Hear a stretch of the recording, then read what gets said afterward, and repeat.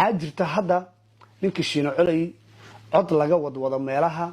tuula keenay waxaan leeyahay walaga garbaxaya oo lagu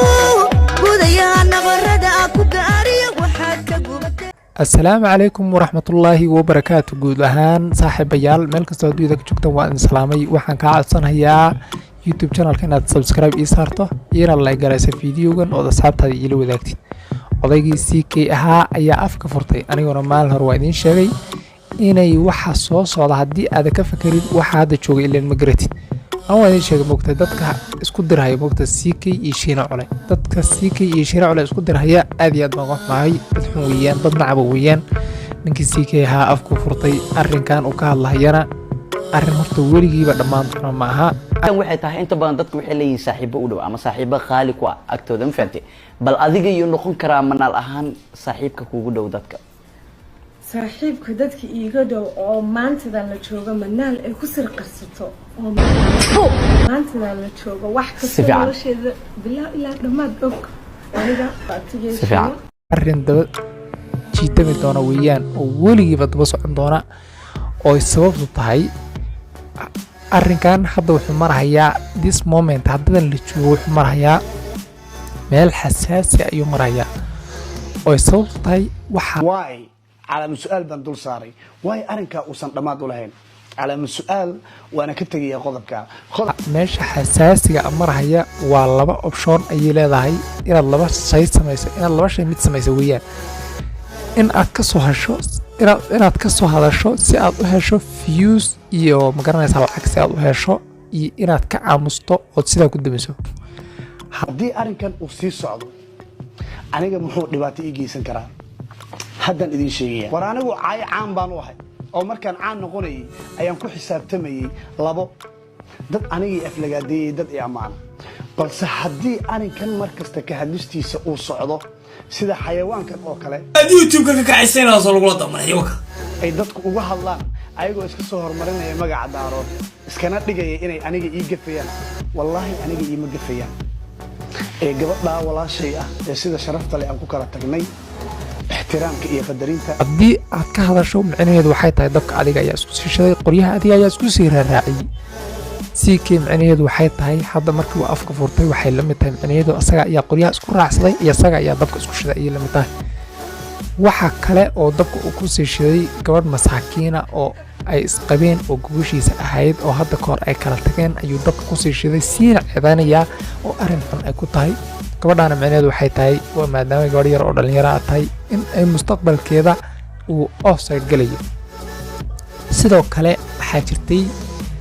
odayga Shiino Culey ah cod maalmaha laga duubay oo social media aad iyo aad u wareegayay. codkaasna wuxuu sheegay inuu ka duubay ninka muxuu ahaa inafiimo aad iyo aad baan wax maahay horta nin loogu magac yeedho gabadh ay hadda kor kala tageen ama magaranaysaa uu qabay isagu oo dee ay kala tageen inkastoo dee si xun ay kala tageen haddana in loogu magac daro oo loogu magac yeedho dee isaga ayaa kolley mudnaanta lahaa oo isaga ayaa samaystay qof walbana wuxuu tara ayaa loo tirinayaa baa layidhi. Shiino Culey sidoo kale asagana waxay ku tahay in qoryaha loo isku raaciyay oo asagana arrinkaas uu ku soo foorarsanayo una qosay si gooni ah u qosay oo sababtu tahay gabadhii ay ninka kala tageen ayaa asagina lagu soo lifaaqayaa ninkan lagu soo lifaaqayaa adoo noo xaliye manaha dhibaato manaha ama muxuu ahaa adigu dhibaato aan ka bilaaban dumar dhibaato ma ahan manaha dhibaatada ay dumar ka bilaabato waa dhibaato weyn bay noqonaysaa waxay tajaawiz tan weligeed waxay noqonaysaa tu weligeed socota oo social media inta lagu jiro raggaas waxay noqonaysaa macnaheedu tu aan weligeed ka harin oo maalin kastaba daba socota ayay noqon doontaa arrin daba jiitami doona weeyaan oo weligiiba daba socon doona oo sababtu tahay arrinkan hadda wuxuu marayaa this moment haddadan la joogo wuxuu marayaa meel xasaasi ayuu marayaa oo sababtu tahay waxa meesha xasaasiga maraya waa laba option ayay leedahay inaad laba shay samayso inaad laba shay mid samayso weeyaan in aad ka soo hasho inaad ka soo hadasho si aad u hesho views iyo magaranaysa lacag si aad u hesho iyo inaad ka aamusto oo sidaa ku damiso. haddii aad ka hadasho micnaheedu waxay tahay dabka adiga ayaa isku sii shiday qoryaha adiga ayaa isku sii raaraaciyey CK micnaheedu waxay tahay hadda markii uu afka furtay waxay la mid tahay micnaheedu asaga ayaa qoryaha isku raacsaday iyo asaga ayaa dabka isku shiday ayay la mid tahay waxa kale oo dabka uu ku sii shiday gabadh masaakiina oo ay isqabeen oo gubashiisa ahayd oo hadda kahor ay kala tageen ayuu dabka ku sii shiday siina ciidaanaya oo arrin xun ay ku tahay gabadhaana micnaheedu waxay tahay waa maadaama gabadh yar oo dhalinyaro ah tahay in ay mustaqbalkeeda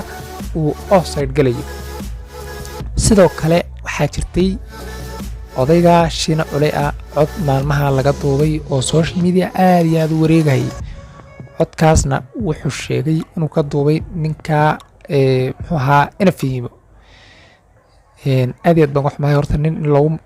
magac yeedho gabadh ay hadda kor kala tageen ama magaranaysaa uu qabay isagu oo dee ay kala tageen inkastoo dee si xun ay kala tageen haddana in loogu magac daro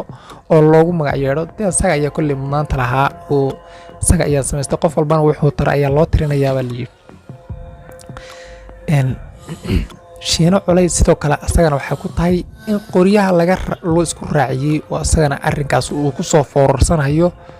una qosay si gooni ah u qosayo isagoo tahay gabadhii ay ninka kala tageen